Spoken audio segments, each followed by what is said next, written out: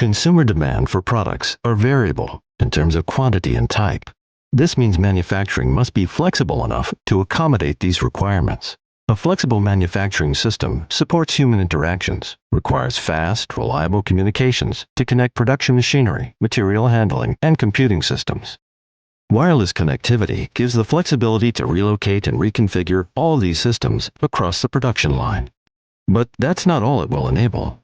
These connections will happen on a massive scale, with sensors connected throughout the entire production process to provide real-time monitoring, ensuring seamless continuity of operations.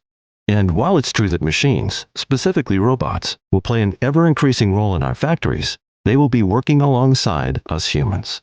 Coordination of machines across the production line requires a wireless connection with ultra-low latency and reliability. This reduces product assembly time, increases flexibility, and overall productivity.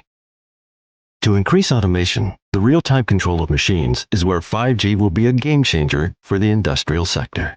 Ultra-reliable, low-latency connectivity with edge cloud analytics operating at massive scale is essential in creating the safer, flexible, and more efficient manufacturing systems of the future.